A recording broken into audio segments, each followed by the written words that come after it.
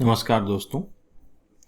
आज के सेशन में हम बात करेंगे एडिटिंग ग्रुप की होम टैब में। तो जैसे आप देख पा रहे हैं यहाँ पर भी एडिटिंग ग्रुप में कई ऑप्शंस हैं। सिग्मा है, फिर डाउन एरो है, ये इरेजर है, ये फनल है सॉर्ट और फिल्टर के लिए, एंड फाइंड एंड सिलेक्ट है। तो हम वन बाय वन हर चीज़ को समझते हैं। तो सबसे पहले हम बात करेंगे सिग्मा फंक्शंस की। यदि मैं यहाँ क्लिक करता हूँ तो मुझे सामने average, count, numbers, max, minimum, more functions प्राप्त होते हैं। यदि मैं यहाँ पे कर्सर रखता हूँ, मुझे यहाँ से यहाँ तक का सम चाहिए, तो मैं इसको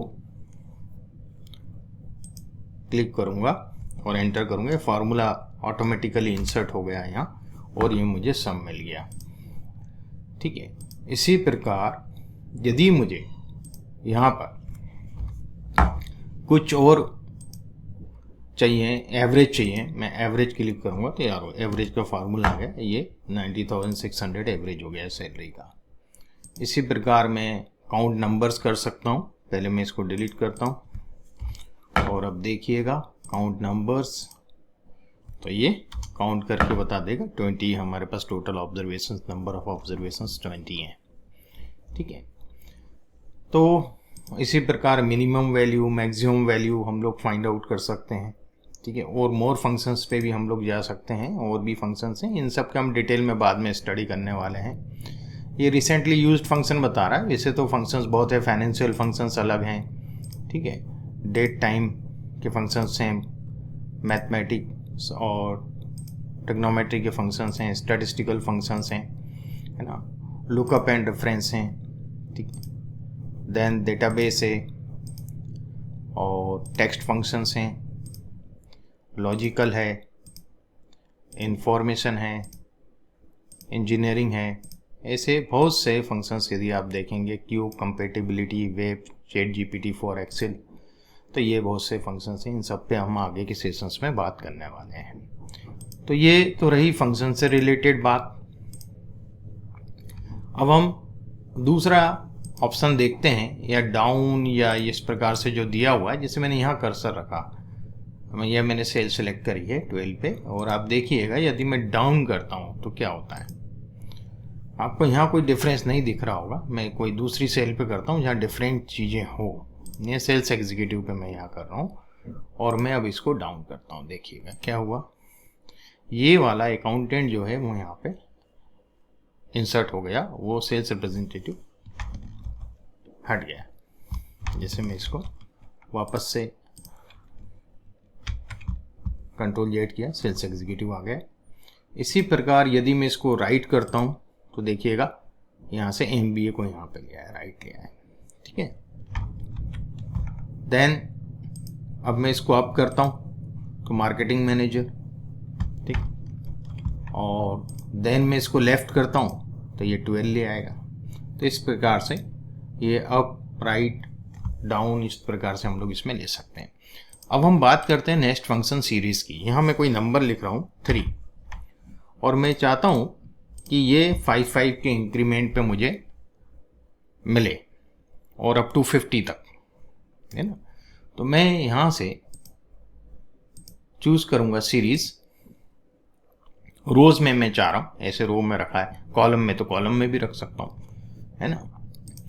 स्टेप में कितनी चाहता हूँ, 5 का डिफरेंस चाहता हूँ, तो ये स्टेप वैल्यू की जगह आपको जितने का डिफरेंस चाहिए, जो अर्थमेटिक प्रोग्रेशन होती थी उस हिसाब से आप कर सकते हैं। स्टॉप वैल्यू कब करना है, मुझे जब 50 आ जाए तब तक इसको चलाना है। तो ये देखिएगा 3 + 5 8 + 5 13 + 5 18, और ये यहाँ तक गया 48 तक। 48 + 5 53 हो जाएगा, इसलिए हमने 50 इसकी स्टॉप लिमिट रखी थी। तो उसके पहले जितने भी आ रहे होंगे उस सीरीज में आ जाएंगे। तो इसे हम कोई भी सीरीज बना सकते हैं, अर्थमेटिक प्रोग्रेशन, अर्थमेटिक सीरीज जिसको हम बोलते हैं। वर्टिकल भी बना सकते हैं और हॉरिजेंटल भी बना सकते हैं। नेक्स्ट जो इसमें है, जस्टिफाई करके एक फंक्शन है। देखिएगा जस्टिफाई को मैं आपको बताता हूं। जैसे मैं लिख रहा हूं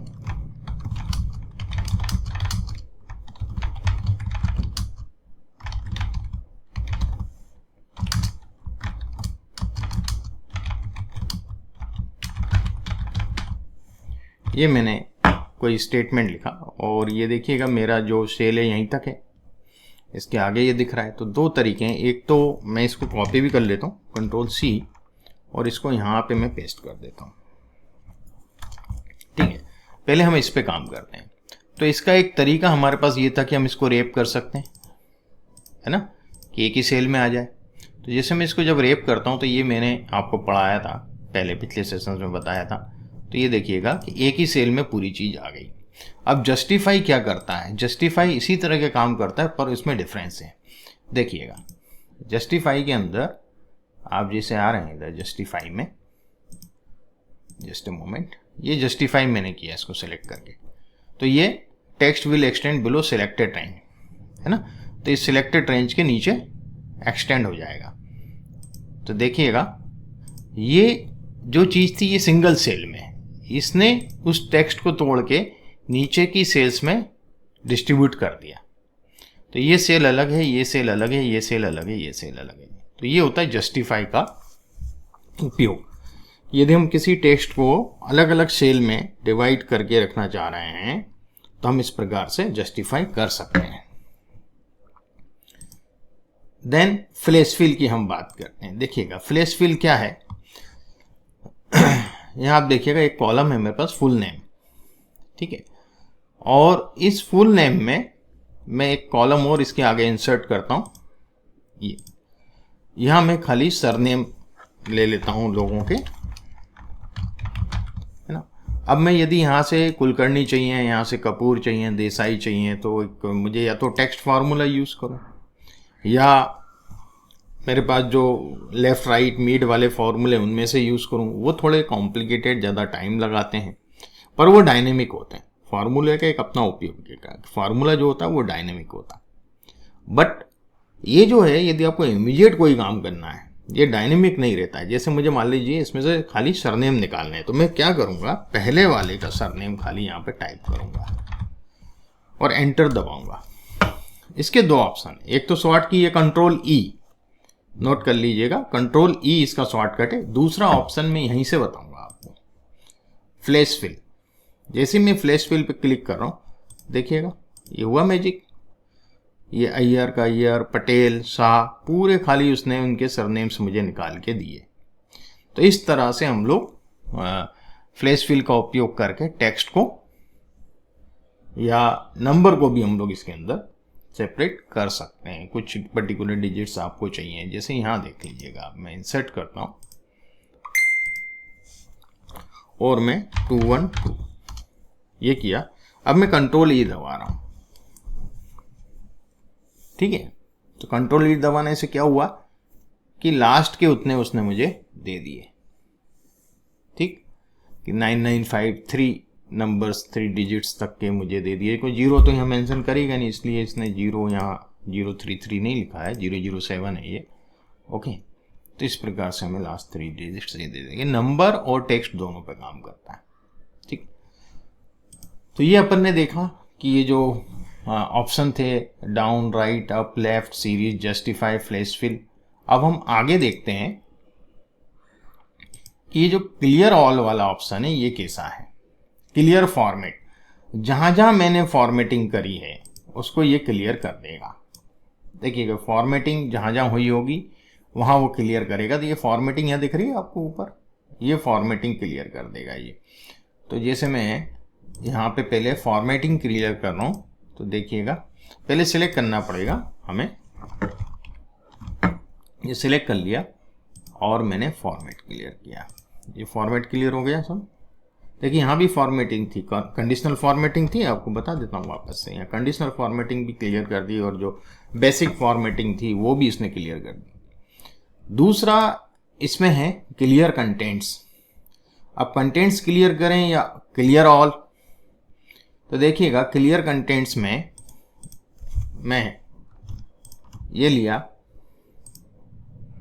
क्लियर कंटेंट्स, पूरे कंटेंट को क्लियर कर दिया इसने। फॉर्मेटिंग रहेगी, फॉर्मेटिंग है वहीं के वहीं, कंटेंट क्लियर किया इसने। Ctrl+Z करता हूं। अब मैं आता हूं कि क्लियर ऑल, तो ये पूरा फॉर्मेटिंग भी हटा दिया और कंटेंट भी हटा दिया, ठीक है। नेक्स्ट जो ऑप्शन है वो देखते हैं हम, मैं यहाँ पर कहीं एक हाइपरलिंक देता हूँ, cypheranalytica.com। देखिएगा ये हाइपरलिंक है, यदि मैं यहाँ क्लिक करूँगा तो ये मुझे मेरे वेबसाइट पे पहुँचा देगा। ठीक है, जो भी चीज़ आपने यूआरएल डाला है वहाँ पे ये आपको रिलोकेट कर देगा, डाइवर्ट कर देगा। अब मैं चाहता हूँ कि ये हाइपरलिंक यहाँ पे एक्टिव ना रहे। ठीक है, तो आप देखेंगे कि क्लियर हाइपरलिंक्स और रिमूव हाइपरलिंक्स दो ऑप्शन है यहाँ पे। तो क्लियर हाइपरलिंक्स पे करता हूँ तो हाइपरलिंक क्लियर हो गया। ठीक है, ठीक है। अब यहाँ भी मैं क्लिक करके आपको दूसरा और ऑप्शन भी बता देता हूँ, क्लियर हाइपरलिंक एंड फॉर्मेट्स। अभी इस हाइपरलिंक को ही क्लियर किया, अब इसके फॉर्मेट को भी, जो फॉर्मेट दिख रहा है ना आपको, इसको भी क्लियर कर दिया इसने। वो लाइन भी नहीं आ रही, वो भी नहीं आ रहा। अब मैं इसमें ऑप्शन यूज कर रहा हूँ रिमूव हाइपरलिंक्स, ये रिमूव कर दिया। अब ये एक जनरल टेक्स्ट हो गया, अब हाइपरलिंक नहीं है। ठीक है ना, वो वापस मैंने हटा के उसको किया इसलिए आ गया वो, नहीं तो यदि मैं हाइपरलिंक्स रिमूव करता हूँ तो एक जनरल टेक्स्ट हो जाएगा ये। ठीक है, इस प्रकार से ये हाइपरलिंक वाला मामला हो गया। अब हम आगे बात करते हैं सॉर्ट एंड फिल्टर्स की। देखिए कि इसमें भी sort A to Z, Z to A, custom sort और फिल्टर, क्लियर एंड रीअप्लाई, ये चीज़ें इसके अंदर आती हैं। तो हम वन बाय वन समझते हैं। सबसे पहले हम सॉर्टिंग को समझेंगे। सॉर्टिंग A to Z यदि मैं कर रहा हूँ, यहाँ देखिएगा आईडी जो है ना, मैं आईडी वाले कॉलम को सिलेक्ट कर रहा हूँ। ठीक है, अब जैसे मैंने आईडी क्योंकि न्यूमरिक है तो इसने A to Z की जगह क्या दे दिया मुझे, सॉर्ट स्मॉलेस्ट टू लार्जेस्ट। ठीक है, ये एक्सपांड द सिलेक्शन, सिलेक्शन को एक्सपांड करना मतलब पूरी टेबल पे, पूरी रेंज पे लगाना है, या continue with the current selection. तो हम continue with the current selection में तो फिर इसी को खाली चेंज करेगा, बाकी वैसे ही रहेगा। तो एक्सपांड विद द सिलेक्शन यदि मैं करता हूं तो उसके साथ वो भी हो रहा है। ठीक है, इस प्रकार से ये पूरे सॉर्ट हो गया। यदि मैं इसको मान लीजिए वापस से ये है और मैं खाली इसी को सिलेक्ट कर रहा हूं, आप देखिएगा एक नंबर पे आरओ पटेल है, ना कि Sneha Kulkarni. Continue with the current selection, ये देखिएगा ये continue with the current selection में स्नेहा 1 नंबर हो गया, जबकि 1 नंबर पे हमारा आरओ पटेल था। ठीक है, यदि मैं आपको दिखाऊं वापस से तो ये आरओ पटेल जो है वो फर्स्ट नंबर पे है। ठीक है, अब यदि हम इसको, भले हम एक कॉलम को सिलेक्ट कर रहे हैं और हम यहाँ से सॉर्टिंग कर रहे हैं, और यदि हम एक्सपांड द सिलेक्शन करते हैं तो पूरी टेबल जो हमारी है उसके अंदर वो चेंज करेगा। ठीक है, ये एक हो गया। आगे हम देखते हैं सॉर्ट लार्जेस्ट टू स्मॉलेस्ट भी कर सकते हैं। ठीक है, तो ये स्मॉलेस्ट टू लार्जेस्ट हो गया। ठीक है, अब एक होता है कस्टम सॉर्टिंग।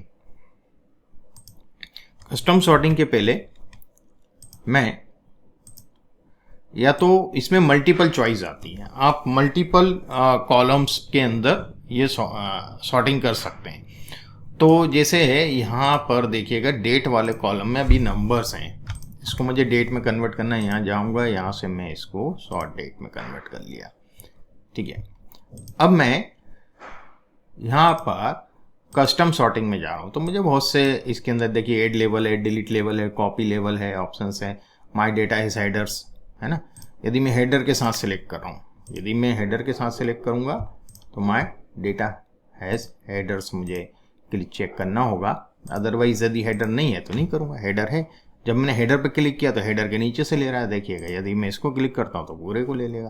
तो माय डेटा हैज़ हेडर्स को मैं चेक कर रहा हूँ तो हेडर को छोड़ के बाकी का ही सेलेक्ट कर लेगा। अब आईडी को तो मुझे नहीं, आईडी ऑलरेडी सॉर्टेड है मेरी 1 2 3 4 5। मैं डेट के हिसाब से सॉर्ट करना चाहता हूँ तो मैं यहाँ क्लिक करूँगा और डेट ऑफ बर्थ या पूरे वेरिएबल्स के आपके नाम आएंगे। सेल वैल्यूज़ के हिसाब से चाहिए मुझे, है ना। सेल वैल्यूज़ है, फिर सेल कलर है, फॉन्ट कलर है, कंडीशनल फॉर्मेटिंग आइकॉन है। तो आप जिसको जिस हिसाब से आप सॉर्टिंग करना चाहते हैं, ग्रीन कलर पहले चाहते हैं क्या है, तो वो आप उस हिसाब से सेलेक्ट कर सकते हैं। यहाँ ओल्डेस्ट टू न्यूएस्ट, तो मैं चाहता हूँ न्यूएस्ट टू ओल्डेस्ट। या मेरी कस्टम लिस्ट भी हो सकती है जिसके हिसाब से मैं चाहूँ। ठीक है, तो यहाँ मैं न्यूएस्ट टू ओल्डेस्ट कर रहा हूँ और ओके करता हूँ। तो 21, 299, फिर 98, 97, 96 देखिएगा न्यूएस्ट टू ओल्डेस्ट हो गया।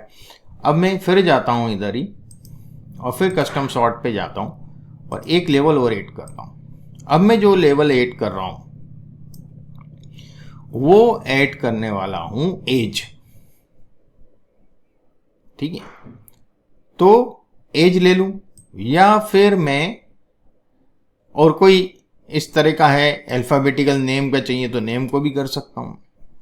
ठीक है, नेम वाइज भी कर सकता हूं, तो एज वाइज भी कर सकता हूं और सैलरी वाइज भी कर सकता हूं। ठीक है, तो अब जैसे मैं सैलरी पे तो मैंने कंडीशनल फॉर्मेटिंग लगा रखी है। कंडीशनल फॉर्मेटिंग तो खाली इसलिए है कि भाई जो पर्टिकुलर रेंज से कम है वो रेड कलर में है, इन बिटवीन येलो कलर है, फिर इन बिटवीन कोई ग्रीन कलर है, फिर उसके बाद जो से एबो है वो वाइट कलर में है ना। इस प्रकार से मैंने दिया हुआ है, पर सॉर्टिंग तो कर सकते हैं हम। तो हम मंथली सैलरी में सॉर्टिंग करते हैं। देखिएगा स्मॉलेस्ट टू लार्जेस्ट कर देते हैं। ओके, एक तो इसके हिसाब से हुआ, ये हमारी सॉर्टिंग पहले से है 99, 98, 97।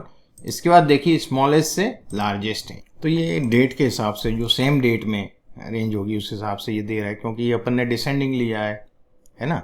लेटेस्ट ये है, फिर उसके बाद तो उस डेट में जो होगा, यदि सेम डेट में होंगे तो उस हिसाब से आ जाएंगे। सेम डेट नहीं है यहाँ पे, है ना, तो इस हिसाब से ये डिक्रीजिंग हो रहा है।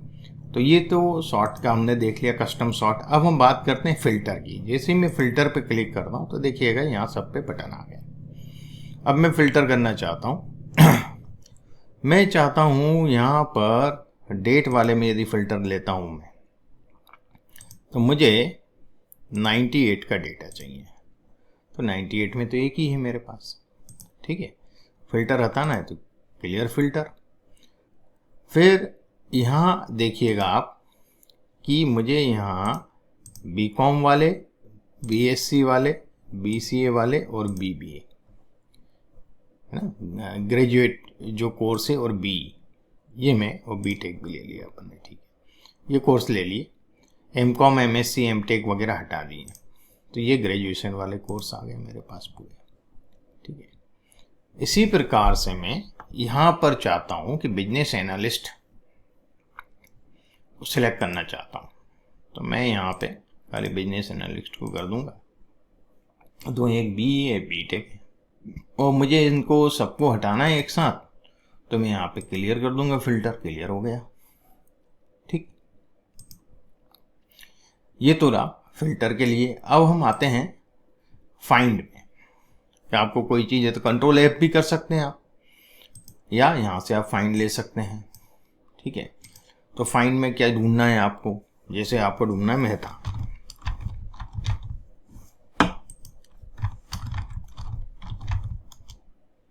तो बता देगा मेहता कान, है ना, किस रो किस कॉलम में है बता रहा है ना।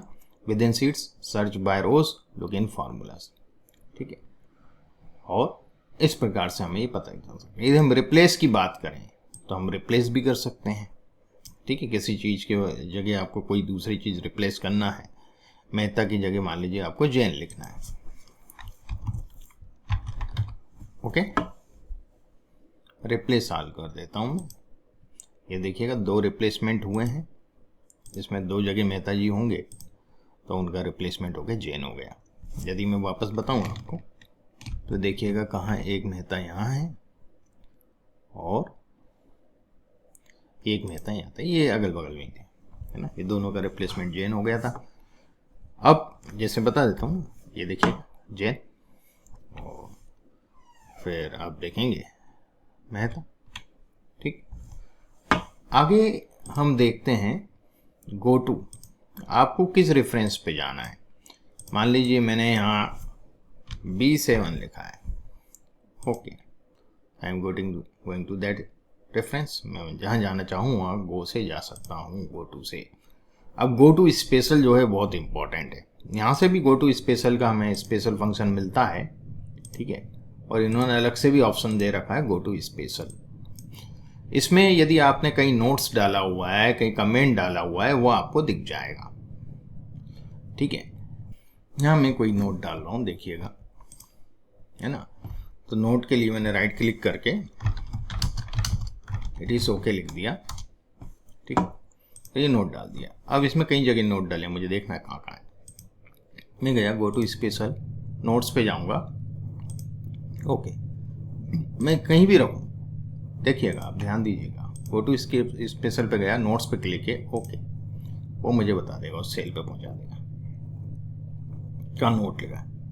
कई बार क्या होता है कि अपने पास कोई सीट आई, उसमें कोई नोट लिखा हुआ है, अब उसने बोला अपन को कि भैया वहाँ नोट लिखा है, नोट पढ़ लेना पहले। अब पूरी सीट में कहाँ ढूंढेंगे, तो गो टू स्पेशल से जाके आपको नोट मिल जाएगा, है ना। कमेंट्स होता है तो कोई दिक्कत नहीं, कमेंट साइट में दिख जाते हैं हमें, जैसे कमेंट्स हैं, कमेंट्स तो यहाँ दिख जाएंगे हमें। हम कोई भी नया कमेंट बनाना चाह रहे हैं, कुछ भी करना चाह रहे हैं, तो हम यहाँ लिख सकते हैं, नोट्स लिख सकते हैं, कमेंट्स लिख सकते हैं। कमेंट्स की तो हमें यहाँ लिस्ट मिल जाती है, कोई दिक्कत नहीं है। ठीक है, आगे हम बात करते हैं नेक्स्ट गो टू स्पेशल में ही कांस्टेंट। अब कांस्टेंट के लिए यदि मैं क्लिक करता हूँ तो देखिएगा यहाँ पर ये पूरे कांस्टेंट है, मतलब हमने डेटा एंट्री करी हुई है। यहाँ कोई फार्मूला नहीं लगा है। मैं एक फार्मूला लगाता हूँ यहाँ, आपको फिर और दिखाता हूँ। ये फार्मूला लगाया मैंने यहाँ पे। फार्मूला मैंने क्या लगाया है यहाँ पे कि जो इनकी एज है, एज में से ईयर ऑफ एक्सपीरियंस मैंने माइनस किया है, सब्ट्रैक्ट किया है। यहाँ मुझे मिल रही है एज व्हेन जॉब स्टार्टेड, किस एज में उसने जॉब स्टार्ट किया, 22 की, 23 की। तो इसके डिफरेंस से वो एक्सपीरियंस माइनस कर देंगे एज में से, तो हमें पता चल जाएगा कि कब उसने जॉब स्टार्ट किया। ठीक है, यहाँ फार्मूला लगा हुआ है। तो जब मैं यहाँ बात कर रहा हूँ कि गो टू स्पेशल में कंटेंट्स कॉन्स्टेंट्स की, तो कॉन्स्टेंट्स आने जो अपन ने एंट्री करी है, जहाँ फार्मूला नहीं है वो बता रहा है। अब यदि मैं यहीं पे जाके गो टू स्पेशल में बात करूँ फार्मूलाज की, तो नंबर, टेक्स्ट, लॉजिकल एरर्स जो भी होगा, इसमें से जो भी आपको चाहिए, या तो सबको टिक करें या जिसकी ज़रूरत है उसको टिक करें। तो मैंने अभी सब कर रखा है। तो ये क्योंकि इतना ही सिलेक्ट किया था अभी, अब मैंने कुछ सिलेक्ट नहीं किया। यहाँ गया, फॉर्मूले पे गया, और ये बता रहा है कि ये सेल में फार्मूले लगे हुए हैं, यहाँ फार्मूले लगे हुए हैं। ठीक है, यहाँ क्वार्टाइल लगा हुआ है, यहाँ आप देख लेंगे माइनस का है, यहाँ क्वार्टाइल का फार्मूला मैंने लगाया। तो जहाँ भी फार्मूले होंगे उस सीट में ये बता देगा आपको। नेक्स्ट हम लोग आते हैं, ये यहाँ भी दिया फार्मूलास, नोट्स, कंडीशनल फॉर्मेटिंग, यही चीज़ गो टू स्पेशल में है। ठीक है, कंडीशनल फॉर्मेटिंग आपको चाहिए तो आपने यहाँ क्लिक किया तो ये कंडीशनल फॉर्मेटिंग। ठीक है, इसी प्रकार आप गो टू स्पेशल में गए, डेटा वैलिडेशन कहीं लगा रखा है यदि आपने, तो देखिएगा मैं डेटा वैलिडेशन पे क्लिक करता हूँ। यहाँ मैंने डेटा वैलिडेशन लगा रखा है। यहाँ डेटा वैलिडेशन ऐसा लगा रखा है कि भाई जो एज है वो 18 से है वो, और 60 से बिलो होना चाहिए, 60 तक होना चाहिए।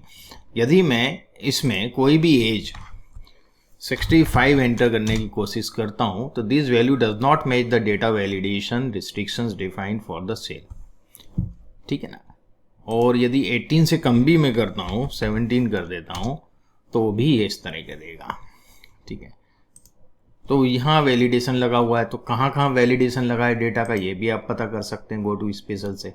यहाँ दिया हुआ है, ये सब चीज़ें यहाँ भी दी हैं और यहाँ भी दिया हुआ है। ठीक है, तो ये सब लास्ट सेल में आपको जाना है, आप ओके कर देंगे तो लास्ट सेल में चले जाएंगे। लास्ट सेल यहाँ पे हमारा आ रहा है उस हिसाब से, क्योंकि ये रो है। ठीक है ना, और ये सेल के हिसाब से वो लास्ट सेल बता रहा है कि हमारे पास अभी जो एक्टिव वर्किंग सीट है उसकी लास्ट सेल ये। इसी प्रकार प्रेसिडेंट और डिपेंडेंट्स की हम बात करें, यहाँ फॉर्मूला लगाया है मैंने, देखिएगा। तो यदि मैं प्रेसिडेंट्स की बात करता हूँ तो देखिएगा ये मुझे बता रहा है कि ये किस किस से बना है, दिख रहा है आपको प्रेसिडेंट। तो इस प्रकार से प्रेसिडेंट्स और डिपेंडेंट्स पे हम लोग आगे डिटेल में समझने वाले हैं। एरो के साथ ही आता है पूरा, कहाँ से क्या फार्मूला हुआ है वो भी पता चल जाता है। और करंट रीजन, करंट अरे, ऑब्जेक्ट्स, ये सब चीज़ें इसके अंदर हैं।